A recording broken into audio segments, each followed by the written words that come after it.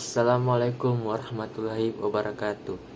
Perkenalkan, nama saya Muhammad Ardiansa dari kelas B, Prodi Pendidikan Pancasila dan Kewarganegaraan, jurusan Ilmu Hukum dan Kemasyarakatan.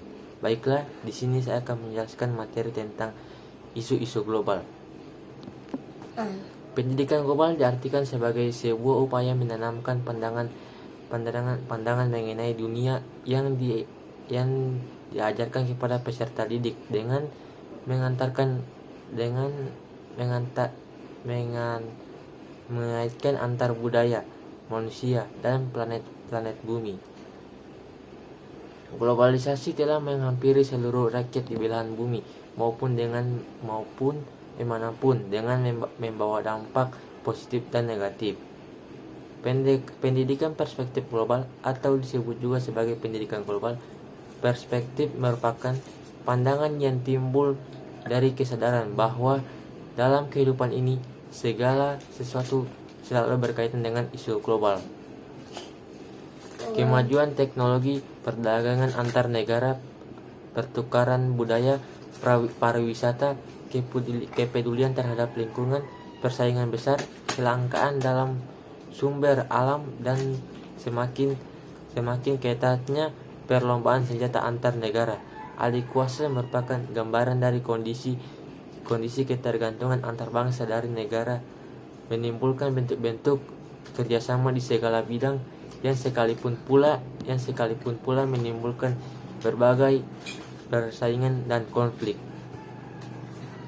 Globalisasi mengharuskan adanya perubahan dalam strategi dan metode mengajar antara lain dengan lebih memperhatikan keragaman dengan masyarakat dunia dan sejarah global. William M. Knight mengemukakan bahwa isi pendidikan global dirumuskan dari realitas sejarah dan kondisi saat ini yang menggambarkan dan menunjukkan dunia sebagai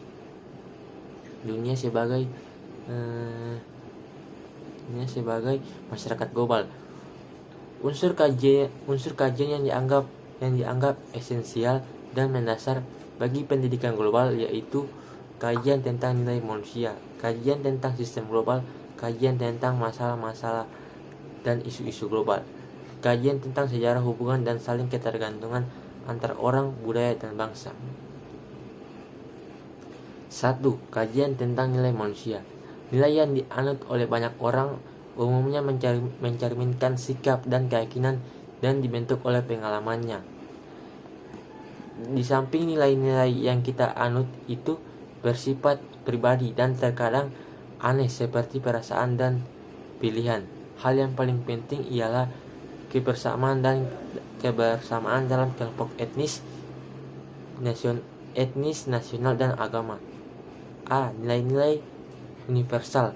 Untuk pertama kalinya, masyarakat dunia pada akhir abad ke-20, masyarakat dunia telah merancang standar universal hubungan antar sesama manusia menurut kekeragaman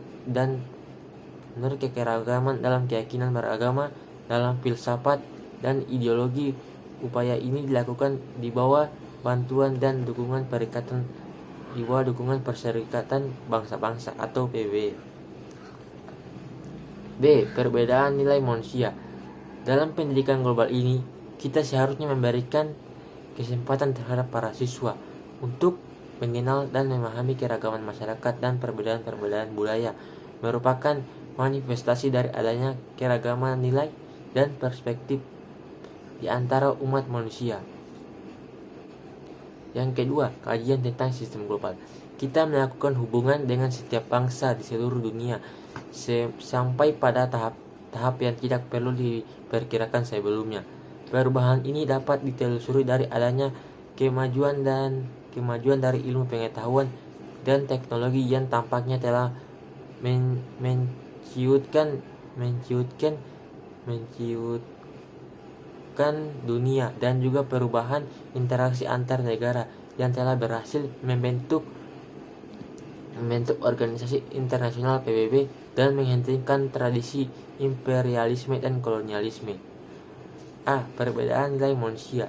Secara individu ataupun kelompok, perilaku ekonomi yang kita lakukan sehari-hari menjadi contoh tentang adanya saling ketergantungan. Sistem ekonomi, khususnya ekonomi kapitalistik atau pasar, ialah sistem yang motif ekonominya mengutamakan keuntungan semata. B. Sistem politik global. Peristiwa dunia saat ini sangat menunjukkan adanya saling ketergantungan dalam bidang politik. C. Sistem teknologi. Ada sedikit pertanyaan bahwa kita hidup dalam abad teknologi, sementara teknologi selalu memainkan peran penting dalam kehidupan umat manusia dan sistem di bumi. Teknologi pada abad ini berdasarkan musim jet dan roket, transistor dan nuklir, kehidupan di planet bumi secara cepat yang tak dapat dibayangkan untuk di masa mendatang. Ciri-ciri isu dan masalah global yaitu: 1. Ruang lingkupnya bersifat transnasional. 2. Masalah dan isu-isu itu mempunyai sifat terus menerus. 3. Isu dan masalah ini terkait dengan hal lain. 1. Isu-isu perdamaian dan keamanan. Bangsa-bangsa mengetahui keamanan karena kehadiran atau ketiadaan ancaman terhadap nilai atau sumber-sumber dasar yang menjadi landasan kehidupan. 2. Isu-isu pembangunan. Isu-isu pembangunan akan mengajak para siswa dalam perjuangan rakyat dan bangsa untuk memperoleh kebutuhan dasar, mencapai pertumbuhan ekonomi nasional, dan memperluas kebebasan politik.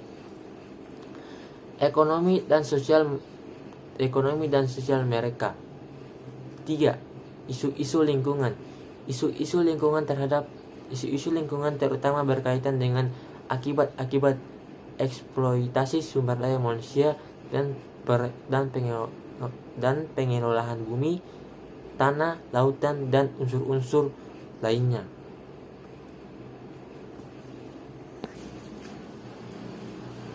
4. Isu-isu hak asasi manusia. Beberapa dekade setelah Perang Dunia Kedua, muncul perhatian yang besar terhadap hak asasi manusia di seluruh dunia. Kepedulian ini sebagai akibat dari banyaknya kekejaman yang dilakukan oleh manusia terhadap manusia lainnya selama peperangan. Baiklah, itulah hasil materi saya tentang isu-isu global. Sekian dari saya. Assalamualaikum warahmatullahi wabarakatuh.